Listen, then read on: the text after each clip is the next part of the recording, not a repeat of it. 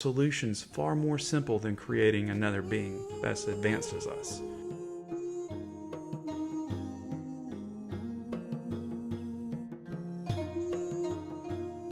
Welcome back to Uncivilized Rebirth, and I want to propose the idea of a creator. I know in this world there are many different thoughts, opinions, belief systems concerning our existence, where we come from, who we belong to, what our purpose is.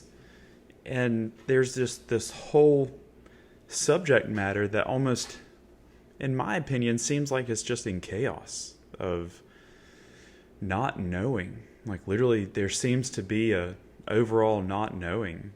And then you look at the ones that think they do know, but then when you analyze, like it's like that whole thing looks like a business structure that forces this certain type of belief, and like this whole structure that forces a certain type of belief is basically a dominant presence over all these people on a very large scale. It's like must believe this. And so there's a lot of people who look at the world and they themselves are in chaos because they, just as a person in the midst of this massive universe, like how do you know and decide what is true? Where do I put my belief in on this is good to go? As in, there's a creator. This is how I communicate with that creator of everything. And I give acknowledgement to the creator. And I don't listen to men or humans about how I'm supposed to communicate with the creator. I think that's a point of seeking where you stop looking to men, because how can humans or men know that they are better or they know themselves about the creator and the way to the creator? I heard it said this way, that the creator is like a sound of a gong. You can hear it and you understand what it is. Can you put that in words? The sound of a gong. Well, there was this long reverberation that went from a deep sound to a sound that slowly faded away. Well, you can read that, and then you tell the next person to read it, the next person to read it. For many years, they're like, this is the only way a gong sounds, you have to read it.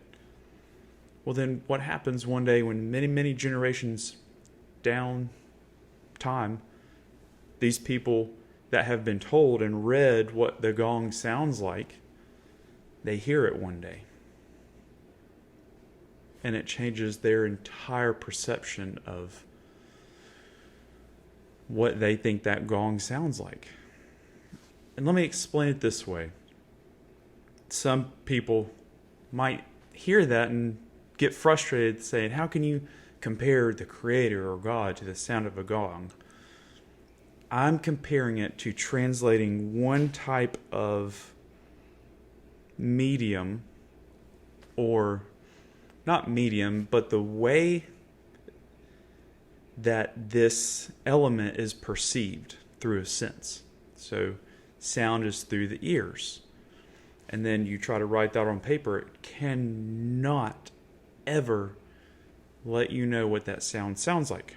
So with this spiritual, the creator connects with us in a different sense. We have sight, sound, touch, proprioception, and there's several more.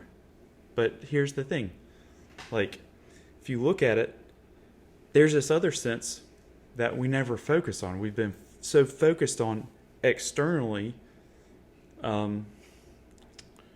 what men say about it and reading about it, that we forget that we have another sense of, when you just think and you're not talking to anybody and you're just thinking.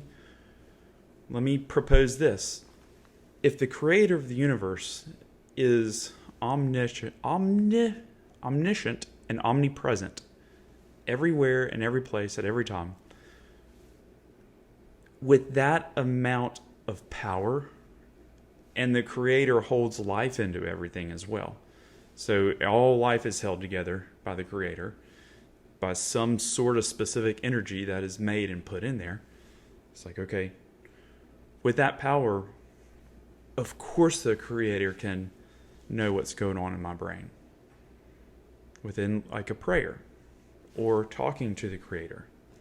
It's devoid of getting on your knees and crossing your hands and speaking in front of people, because then you're thinking about how they are going to perceive you.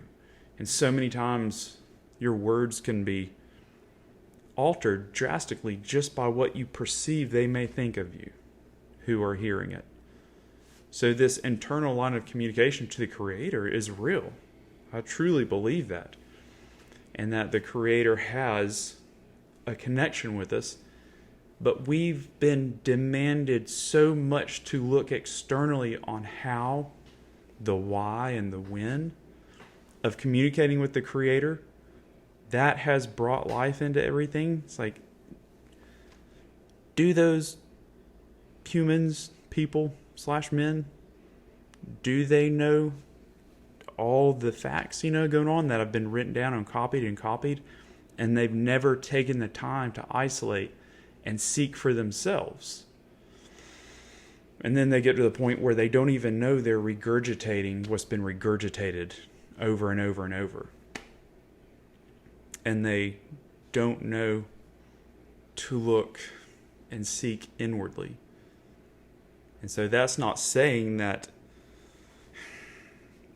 you'll see where I'm going with this kind of, that's not saying that I or you have like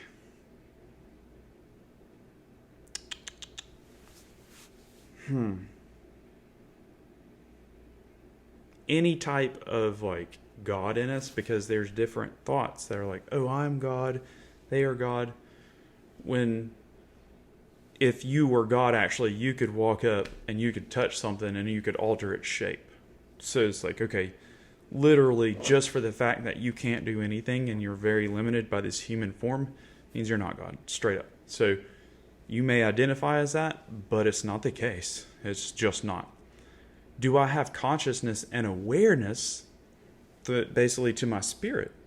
And it's like the signal is changed when it goes from out of the brain to my spirit. But everything going on in the brain and coming in out here is a different language, basically. It has to get transferred. So basically, it's from back that way, transferring into the body of like my spirit being in charge of my body.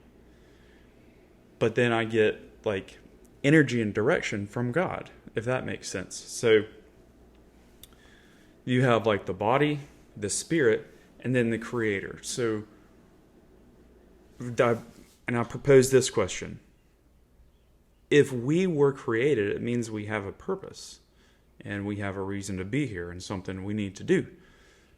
And not everybody finds that purpose, because it takes really, really seeking and wanting to connect with the Creator and find out like, hey, like really ask like, you made me? Hey, what do you make me for? What skills do I need to do what you made me for? Like, what are the next choices that I have to make that are going to be difficult, that I know here are going to be miserable, but for you, it's totally worth it. Because if you're the creator of everything, then I need to do my best to become the cog that you need me to be, to make a difference. Because if a creator is a father figure, and I know what it feels like to be a father, just the mere presence of my child brings me joy and honor, and just it's a sacred space, because these are the little people that are the humans, that are the next generation. And so the Creator, so if you get, let's say, I'm not comparing an artist to the Creator, I'm just saying somebody like Van Gogh goes in there and he's like painting, and it takes a very long time.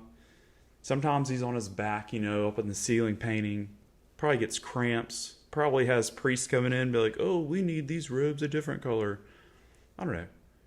But it was actually, it took a ton of work. Don't you think the dude had an overall image of what it was going to look like? It's like, I want this to be amazing when I'm finished. So all the structures that were built to get him up there to paint, all the paints that were spilled and all the mess, the drapes that were up, it's a messy thing while he's getting it painted. It's just like, all right, this is going to be freaking crazy in here for a while. But when it's done, all the craziness will be gone, but it's necessary to get to this point. So if we have a creator that goes into great detail on just everything that we can imagine, like no matter how deep we go in exploring our existence, there's always a structure to be found. There is always a consistency in the way the world works and how things interact. And basically, this shows intelligent design. So the creator's not done. I'm looking at the time. The creator's not done creating. Like, we're in a 3-dimensional creation. It's like the most wild creation thing. So if you think that the creator was like one and done, made the humans, made the earth, go. No. Like, you have to have faith that this is a 3-dimensional portrait going on all at once. And for it to be the work that he's trying to get to, like, we have to basically, in a analogy, like, we have to be the paintbrushes and be like, okay, what type of paintbrush do you need? What type of paint do you need? Does it need to be water paint, oil-based? Like, how big do my brushes need to be? Like, do they need small or big? Like, how do I conform to do the best that I can do to paint this, like, masterpiece that you're still working on? Because I personally do not believe that the creator of the world sits back and enjoys anything that's happening right now in this country, this world, anywhere. Do you think the entity that carefully crafted us is sitting there just enjoying this? No. But here's the thing. In this craft work that's going on to make this creation, we are needed because we have free will down here. We can choose to connect with the creator and say, yes, like, I want to find out what my purpose is. Like, I want to get honed in, dialed in. Or we can choose, like, nope, I'm going to ignore that you have a plan for me, and I'm just going to do all this other stuff. It's like, okay, cool. But guess what? If you did this on the other end, it's going to be a totally different outcome. But to get there, you have to basically change everything about you. It's like you have to completely drop everything you're doing and then start down the path, because basically you're going to step into the most difficult forest or arena that you've ever stepped in, ever. And the reason I say that is because if you look at this country and this world, what do you think? What is it, a wild jungle of chaos? Yes. Is there anything out there that's working right now? Like, not to my understanding. There's not. No. But guess what? Like, it is up to us to get on board. Because with free will, we can keep free willing it and free thinking it and thinking that we know the best way of everything, because it's written down. Or we can actually seek the creator. The more people that are on board with serving the purpose of healing the world. Because it's broke. You cannot deny that. I don't care who you are, what side of the aisle you're on. It's broke. There is only one entity that is smart enough to create the solution to fix all this. That is the creator. Come on. Listen, the creator creates anything.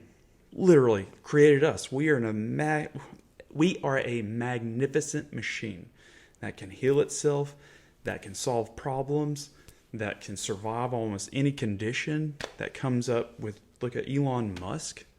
Like, we're a pretty awesome machine. If we can be created, I bet the solution's far more simple than creating another being that's advanced as us. That being said, I know for a fact there's a creator because I went through something, because I was seeking. And we are at a precipice in human history of either change or just keep entering chaos, because chaos does not bring order, but order brings order, consistent order. So if you have order for a long, long period of time, eventually the chaos will toe the line. And I don't mean that in a bad way whatsoever, but it takes far longer. So however far or however long it took chaos to get to this point and this big, it's going to take like 2 or 3 times longer to get to order and peace, because I think that's what everybody should want. Honestly, no matter who you are, where you are in the world, you should want peace. That means dropping your ego, not wanting to fight, literally trying to find a solution, and forgiving. That's a big. That's like Mount Everest to climb. But guess what? If there are not more voices of reason in this world, like, things are just going to get crazier, because the things I hear are just absurd that have nothing to do with life. It's like there's all these silly little plays that are going on, and we see them on these screens, and it keeps us running around like chickens thinking that the sky's about to fall, when really it's not. But there is still a lot of chaos. Like, there's a lot of poor leadership, but tomorrow's not a nuclear holocaust. So there is this level of chaos of just overarching doom and gloom.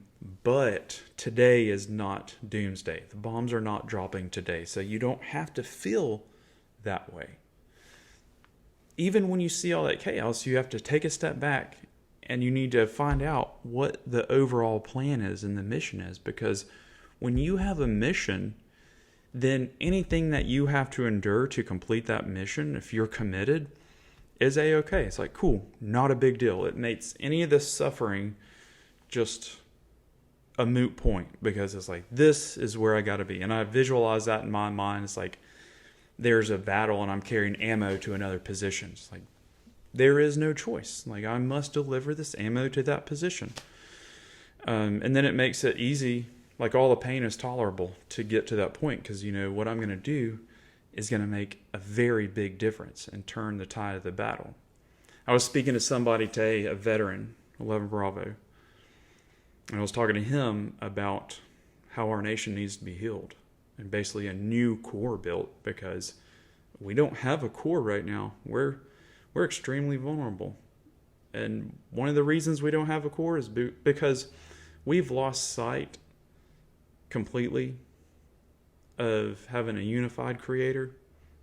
And I don't know if those two words put together will make somebody mad or not. I'm not trying to. I'm trying to present food for thought to think about there being a creator.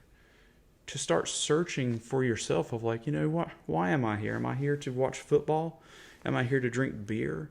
Am I here to play with guns for the next 60 years and do reloads and be like, that's what I'm all about?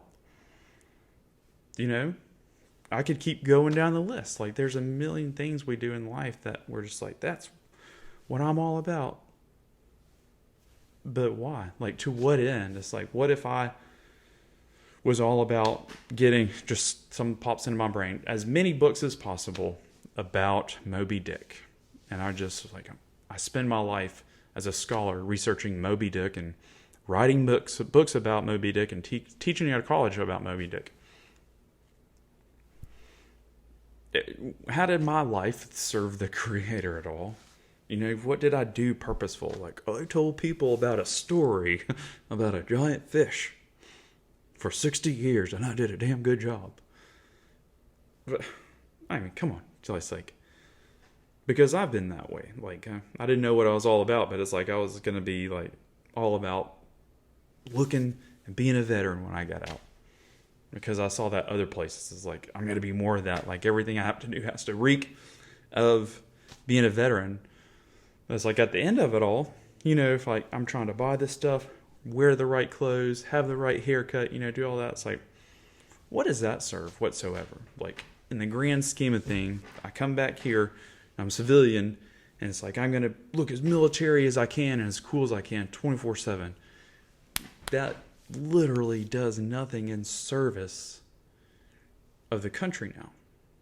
And when I say that, we are still here, we are still members of the country, and that serves no purpose anymore. It doesn't. Cool. Service was cool, it's good, but you got to drop that hat eventually and then pick up a torch, because here's what I remind myself with.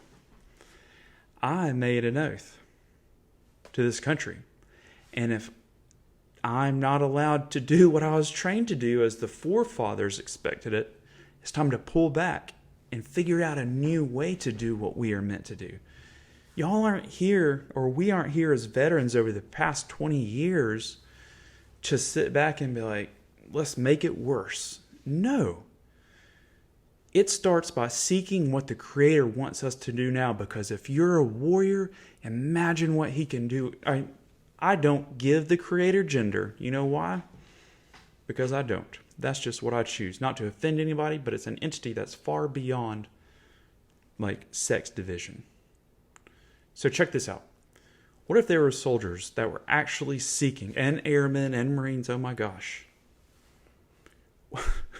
So seeking the Creator, like, what can I do to connect with your purpose and your vision for this country? Because what if we were on board with a program that was designed to heal? You know, it's like from the Creator. I'm getting off on a rabbit trail. But think about that. It's like, hey, let's get back on board with a mission. Anyway, that's just in fantasy land. I think about that. And I'm done talking about the Creator. But I hope that I put some ideas in your mind to think about, and maybe to munch on. Or if you're on a different path, or you're just seeking, then I just want to say, hey, seek more. You know, seek and ye shall find. But I just want to suggest this. Don't look for it in books. Don't look for it on the internet. Don't look for it in men or anybody, people, humans, anything written. Seek through prayer, meditation, as in just thinking about the Creator. And that's basically like this little bitty dot in the blip of His like massive life PowerPoint. It's like, oh, bloop, bloop, bloop. There's one that's like kind of reaching out. Here you go. And it works like that. The Creator's got these awesome entities referred to as guardian angels, or whatever you want to call them, that if there's a bleep on the radar, it's like, hey, you know, go help this one out that's working on service for me. I see your commitment. You're going to be protected, but you're on your own, if that makes sense. Like, in a sense, it's like in the 3D, you know, it's like you're going to have to do this, this, and this, and it's going to suck. But when you're really in a bind, you know, you're going to be shown the way still, because sometimes we got to climb up out of the jungle, look over the forest, and, you know, get our direction, go back down the jungle, and get back in there and keep going. And so when we connect with the Creator, like, okay, all right, things are crazy down here.